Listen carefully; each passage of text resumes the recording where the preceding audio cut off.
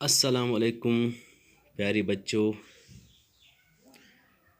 कल हमने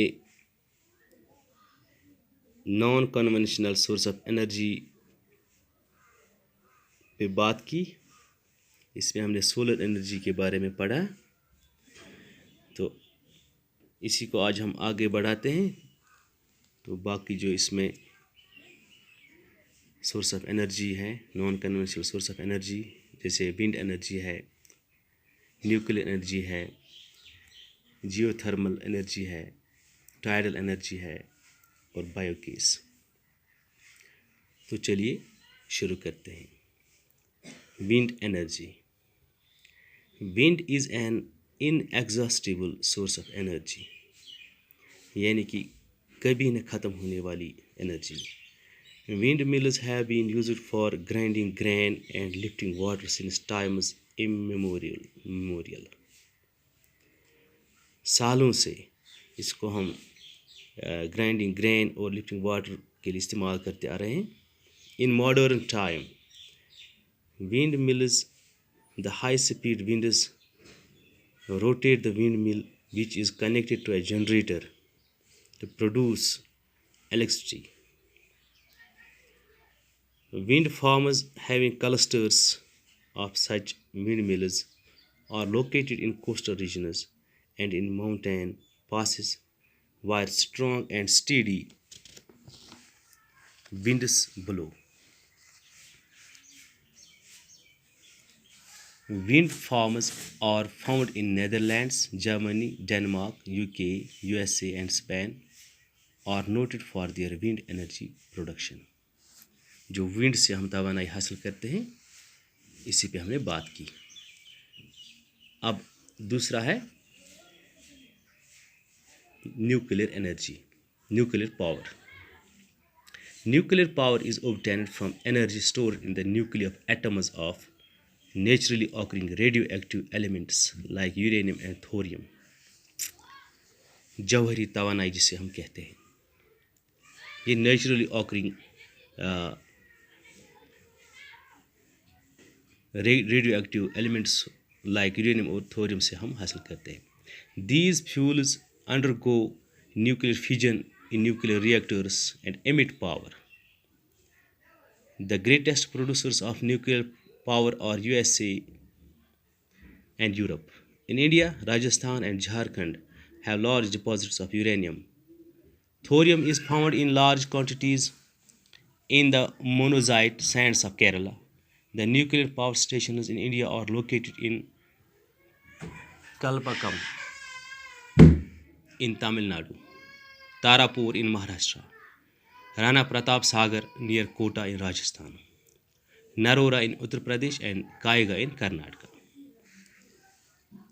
तो ये था न्यूक्लियर पावर, जौहरी तवानाई कैसे हम हासिल करते हैं। उसके बाद है जियोथर्मल एनर्जी। जियोथर्मल एनर्जी जो होती है, ये ज़मीन के अंदर से हम हासिल करते हैं। जैसे कि हम अभी आप तक पहुँचाएंगे, आप पढ़ेंगे। Heat energy obtained from the earth is called geothermal energy. जो ज़मीन के अंदर से हीट एनर्जी होती है, जो हम ज़मीन के अंदर से हासिल करते हैं, उसको हम जियोथर्मल एनर्जी कहते हैं। The temperature in the interior of the earth rise steadily as we go deeper. जितनी गहराई तक हम जाते हैं, अर्थ के अंदर से जो टेम्परेचर होता है वो स्टीडली आहिस्ता आहिस्ता राइज होता जा रहा है। समटाइम्स दिस हीट एनर्जी में surface itself in the form of hot springs. तो कभी कभी ये हॉट स्प्रिंग्स की शक्ल में बाहर आ जाता है अर्थ के सरफेस पे। This heat energy can be used to generate power. ठीक है। Geothermal energy in the form of hot springs has been used for cooking, heating and bathing for several years. USA has the world's largest geothermal power plants, followed by New Zealand, Iceland, Philippines and Central America. In India, geothermal plants are located in Manikaran in Himachal Pradesh and Puga Valley in UT of Ladakh। ठीक है। उसके बाद है tidal energy.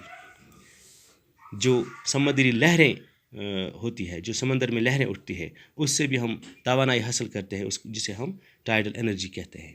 Energy generated from tides is called tidal energy. Tidal energy can be harnessed by building dams at narrow openings of the sea. During high tide, the energy of the tides is used to turn the turbine installed in the dam to produce electricity. Russia, France, and the Gulf of Kutch in India have huge tidal mill farms. Lastly हम बात करेंगे biogas पे। ये organic waste होता है जो dead plants और animal material से हम हासिल करते हैं, या एनिमल डंग जो होता है गोबर जिसे, या किचन वेस्ट जो निकलता है उसको हम कन्वर्ट करते हैं गैस फ्यूल में, जिसे हम बायोगैस कहते हैं। Organic waste such as dead plant and animal material, animal dung and kitchen waste can be converted into a gaseous fuel called biogas. The organic waste is decomposed by bacteria in biogas digesters to emit biogas, which is essentially a mixture of methane and carbon dioxide. इसमें दो chemicals होते हैं, methane and carbon dioxide. Biogas is an excellent fuel for cooking and lighting and produces huge amount of organic manure each year, जिसे हम फिर अपनी इस्तेमाल में लाते हैं। Energy is everywhere, but we can see that harnessing this energy is both difficult as well as costly. Each one of us can make a difference by not wasting energy. Energy saved is energy generated. Act now and make brighter energy future. So ये था आज का topic. तो यहाँ पे हमने आज जो हमने टॉपिक शुरू किया था मिनरल एंड पावर रिसोर्सेज, इसको हमने यहाँ तक अब इख्तिताम किया।